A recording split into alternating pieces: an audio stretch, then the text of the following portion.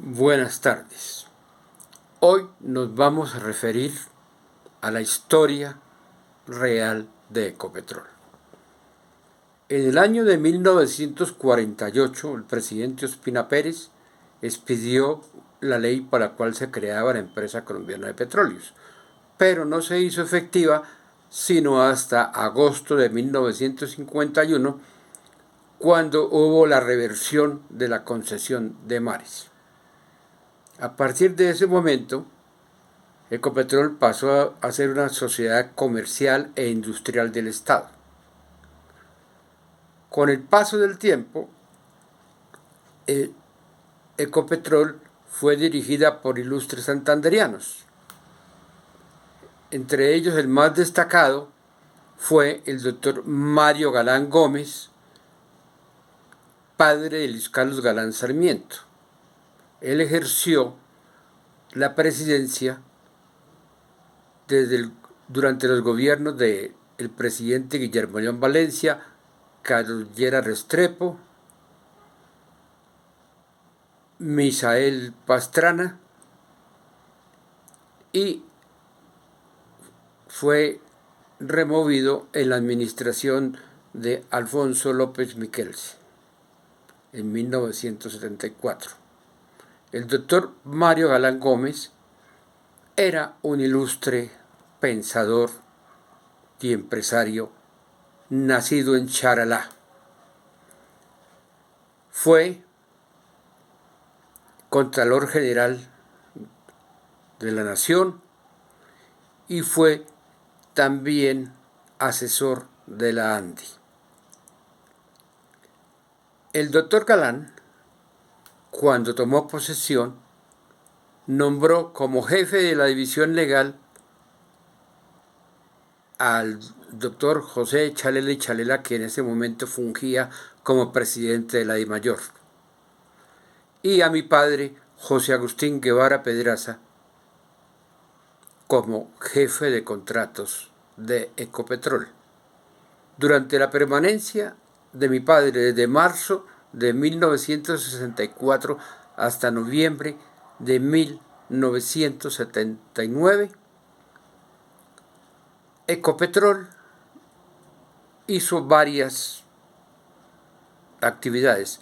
La primera fue que el doctor Mario Galán Gómez, en ese momento, para recuperar la producción de los campos dejados por la concesión de mares, acudió al famoso mecanismo de recuperación secundaria, que era simplemente para sacar el petróleo restante que había, se aplicó agua, porque el agua es más pesada que el petróleo, entonces el petróleo fluía.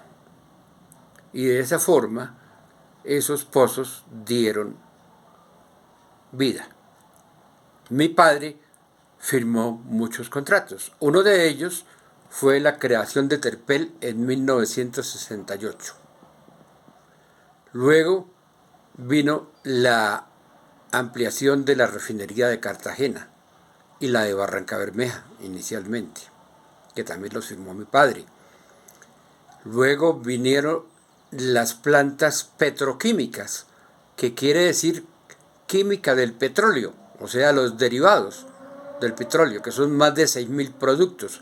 Entre esas plantas hay que destacar la de optimización y balance, que de residuos industriales del petróleo se genera gasolina. Y esa está actualmente en producción. También está la planta de alquilato de detergentes, que produce materia prima para detergentes industriales y de uso personal. La planta de parafina y la planta también de caprolactama y negrodiumo, que produce terlenca, nylon, dacrón, polietileno, poliestireno y muchos productos más. Respecto de la planta de alquilato de detergentes, esa materia prima la tenía en monopolio la familia del presidente Ernesto Samper Pizano. Y se formó una polémica que porque el río Magdalena se iba a acabar y todo era porque naturalmente ellos eran los que tenían el monopolio de ese negocio. Entonces lo que hizo Ecopetrol fue acabar con ese monopolio. Todas esas plantas se hicieron con compañías japonesas. Y somos un poquitico parecidos al Japón. Cuando cada planta se entregó, el contratista hacía subcontratación con empresas que ellos seleccionaban.